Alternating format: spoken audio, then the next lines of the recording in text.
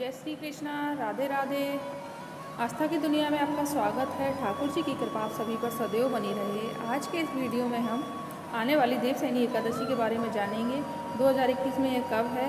Video शुरू करने से पहले यदि आप मेरे चैनल पर पहली बार आए हैं तो चैनल को सब्सक्राइब कर लीजिए। चलिए वीडियो शुरू करते हैं। भगवान श्री नारायण की प्रिय हरिशयनी एकादशी या फिर कहें देवसैनी एकादशी से सभी मांगलिक कार्य जैसे शादी विवाह, गृह प्रवेश, यज्ञोपवीत आदि अगले 4 मास के लिए बंद हो जाते हैं। इसी दिन से सन्यासी लोगों का चतुर्मास आरंभ हो जाता है। इस साल देवसैनी एकादशी 20 जुलाई को पड़ने जा रही है। चिकित्सा विज्ञान के अनुसार इस दौरान सूर्य व चंद्रमा का तेज पृथ्वी पर कम पहुंचता है और जल की मात्रा अधिक हो जाती है, जिससे वातावरण में अनेक जीव जंतु उत्पन्न हो जाते हैं जो अनेक रोगों का कारण बनते हैं। इसलिए साधु संत तपस्वी इस काल में एक ही स्थान पर रहकर तप साधना या स्वाध्याय व प्रवचन आदि करते हैं। इन दिनों केवल ब्रज की यात्रा की जा सकती है, क्योंकि इन महीनों में भूमंडल के समस्त तीर्थ ब्रज में आकर वास करते हैं। गरुड़ ध्वज जगन्नाथ के शयन करने पर विवाह, यज्ञोपवीत संस्कार, दीक्षा ग्रहण, यज्ञ, गोदान, गृह प्रवेश आदि सभी शुभ कार्य चतुर्मास के लिए त्याज हैं, यानी इनको त्याग देना चाहिए। इसका कारण यह है कि जब भगवान विष्णु ने वामन अवतार लेकर बलि से 3 पग भूमि मांगी थी, तब 2 पग में पृथ्वी और स्वर्ग को श्रीहरि ने नाप दिया था, और जब तीसरा पग रखने के लिए बलि ने अपना सिर आगे रख दिया तो भगवान विष्णु ने प्रसन्न होकर उसको पाताल लोक दे दिया। उनकी दान भक्ति को देखते हुए उससे वर मांगने के लिए कहा तो बलि ने कहा, प्रभु आप सभी देवी देवता मेरे साथ मेरे लोक पाताल में निवास करें। और इस तरह श्री हरि समस्त देवी देवताओं के साथ पाताल चले गए। यह दिन देवसैनी एकादशी का ही दिन था। इस दिन से सभी मांगलिक कार्यों के दाता भगवान विष्णु का पृथ्वी पर से लोक माना जाता है। इसीलिए इस दिन से लेकर अगले 4 महीने तक समस्त मांगलिक कार्य प्रतिबंधित रहते हैं। अब हम देवसैनी एकादशी की क्या पूजा विधि है यह जानेंगे। सुबह सबसे पहले उठकर अपने नित्य कर्मों से निवृत्त होकर घर की साफ सफाई करें। नहाने के पश्चात सारे घर में गंगा जल से छिड़काव करें और भगवान विष्णु का ध्यान करें। अब एक पट्टे पर या चौकी पर भगवान विष्णु की आपके पास जो भी प्रतिमा हो उसको स्थापित करें। ऊंचे आसन पर उसको बिठाएं, उसे पीले दुपट्टा आदि वस्त्रों से सजाएं। फिर उन्हें पंचामृत से स्नान कराएं और स्वच्छ वस्त्र पहनाएं। हाथों में शंख, चक्र, गदा, पद्म से सुशोभित करें। तत्पश्चात उनकी धूप, दीप, चंदन, फूल आदि से पूजा करें और आरती उतारें। उसके बाद निम्न मंत्रों से उनकी स्तुति करें। सुप्ते त्वयि जगन्नाथ जगत सुप्त भवेदिदं विबुद्धे त्वयि वृद्धं च जगत सर्वं चराचरम्। इस प्रकार प्रार्थना करके भगवान विष्णु की पूजा करनी चाहिए। इसके बाद वेद पाठी ब्राह्मणों को फल, मिष्ठान व द्रव्य आदि का दान करें। फिर स्वयं फलाहार करें। रात को मंदिर में ही सोएं और सोते समय भजन आदि गाएं। इस प्रकार भगवान को शयन कराएं। इस तरह जो एकादशी का व्रत रखते हैं वे मोक्ष को प्राप्त होते हैं। इसकी पूर्ण विधि आपने जानी, कैसे पूजा करनी है।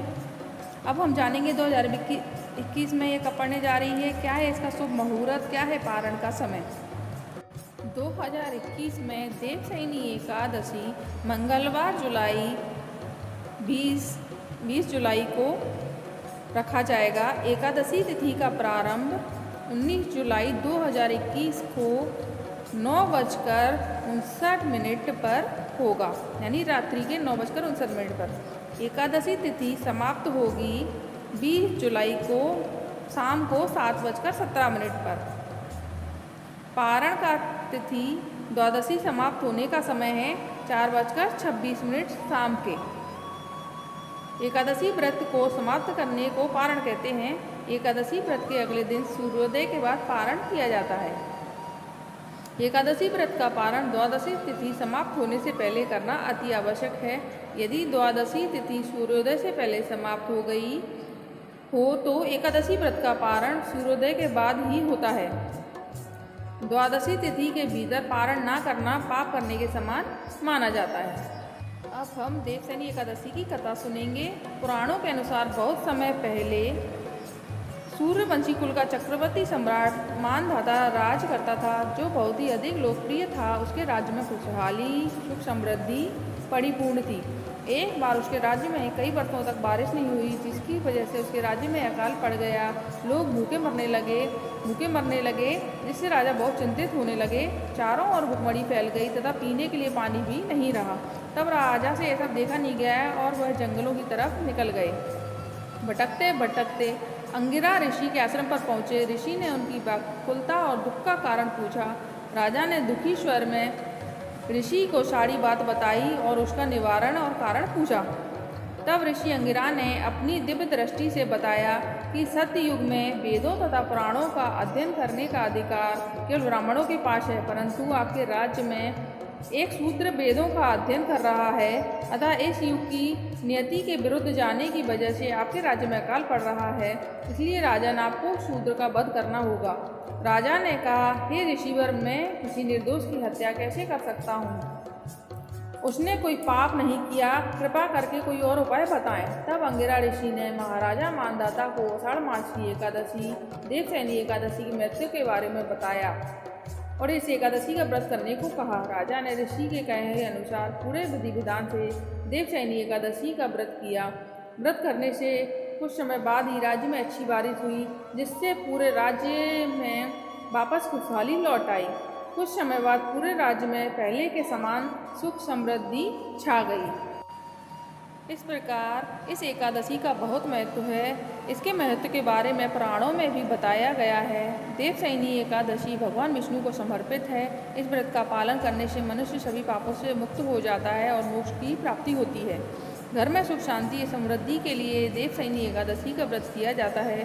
देवशयनी या सोनी एकादशी का व्रत पूरे विधि विधान से पालन करने से भगवान विष्णु प्रसन्न होते हैं, जिससे नकारात्मक विचार भी दूर होते हैं।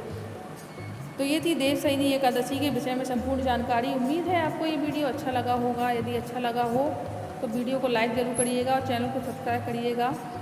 ठाकुर जी की कृपा, भगवान विष्णु की कृपा, जगन्नाथ की कृपा आप सभी पर सदैव बनी रहे। जय श्री कृष्णा, राधे राधे, धन्यवाद।